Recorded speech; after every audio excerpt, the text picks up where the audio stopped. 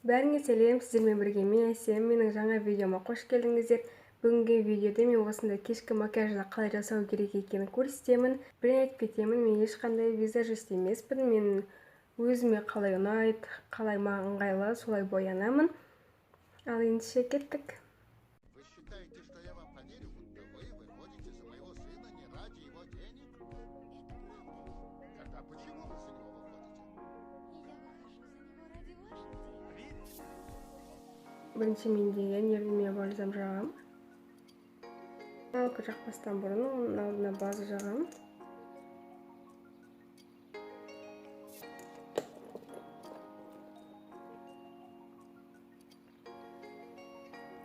Базаның сіңуіне кішкене 5 минуттай беремін. Ал оған дейін мен деген қасымды істеймін. Енді қасымызды бояп болғаннан кейін мен бетіме BB крем немесе тональка жағамын.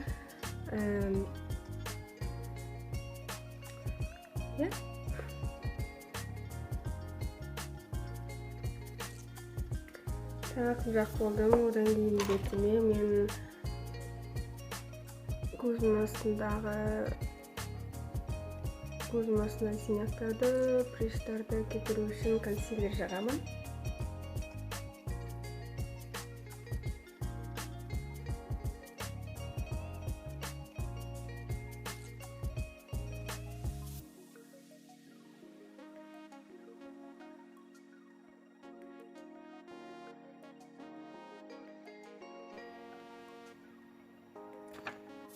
Вот, енді контур.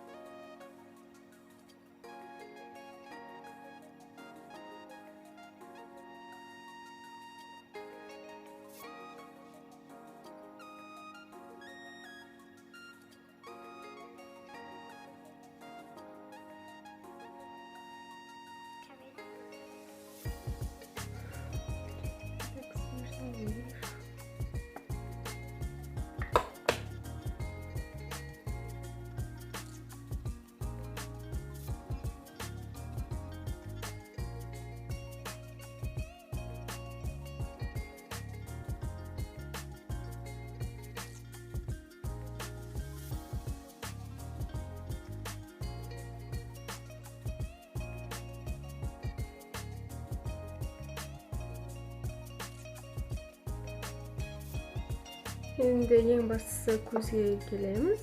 Көзге келетін болсақ, мен палеткалардың ішінде ең ақ палетканы алып, бүткіл көзімді сонымен бояп шығамын. Мен еш нәрсеге эскизға қарап жатқан жоқпын, өзімнің фантазиям бойынша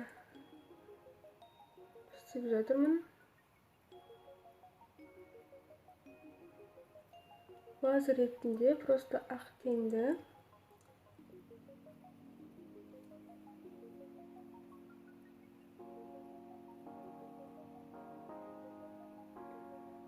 көзімізге жағамыз. Одан кейін, как вам показать, мен примерно қоңырлау осындай түсті аламын. Міне камерада білмей басқаша көрініп тұр. Міне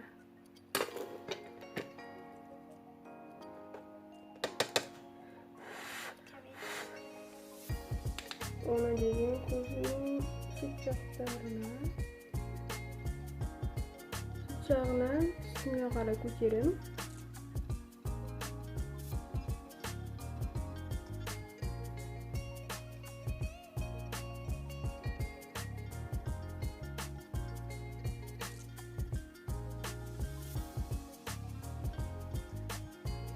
Екінші көзімнен де дәл сол.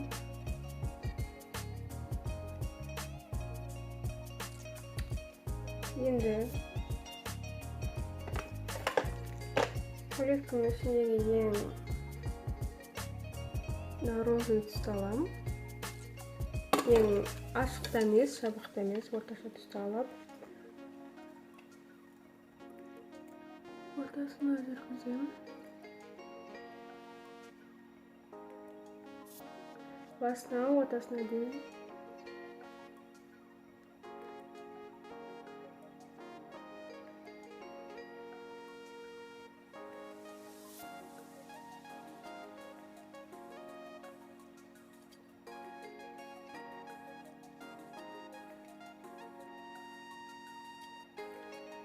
Енді әртүрлі түстермен эксперимент жасап, мен деген әртүрлі түстерді аламын. То есть жасыл немесе көк, розовый, фиолетовый, розовый. Соларды көзімнің әжетіне бүйтіп былайынан істеймін. То есть көзімнің ішіне қарай бояймын. Кішкентай кисточканы аламын. Растушевка жасағанда көбінесе осындай кисточкаларды алыңыздар. Оны ішіне қарай.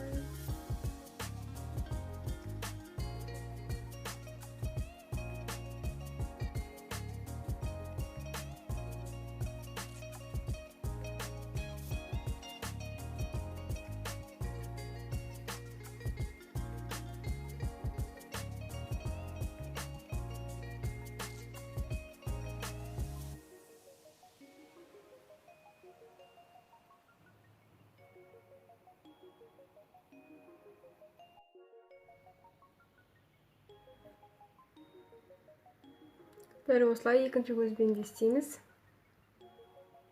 Міне камера бірақ светті кішкене басқаша болып көрсетеді. Енді астыңғы жақтарына кішкене қаралау түсті қосамыз.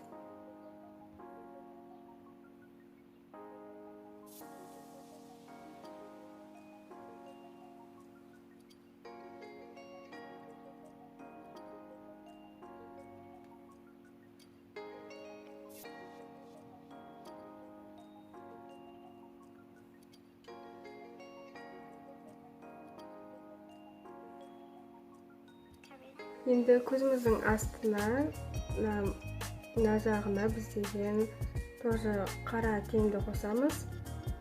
Мұндай ашық түстен қара теңге өтуі керек.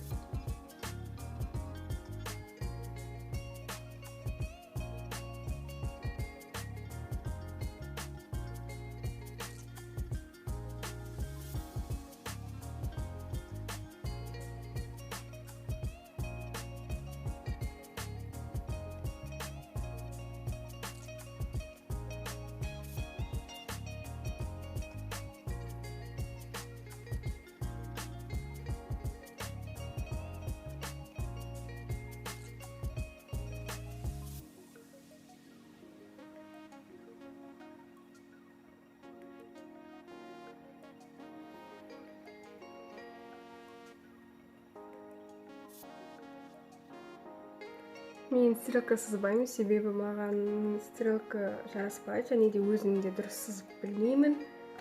Сондықтан да кішкене қара теңмен как будто стрелка бар сияқты істеп қойдым, но осылай. Енді соңғы очередьте бізде туш. Мен ешқандай ресница тілей кетпеймін. Сондықтан да осындай туш, немесе осы екеуі кәдімгідей кірпікті жақсы көтереді.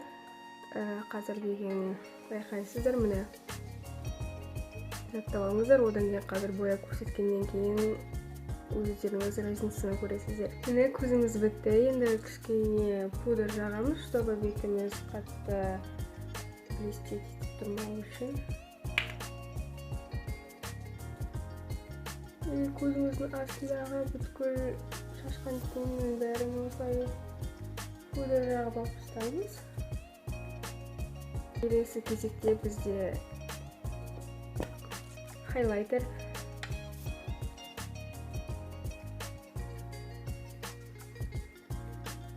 Ең соңғы шағыл помада. Мен деген помаданы кішкене жай жағамын, чтобы көп акцент көзге түсу үшін.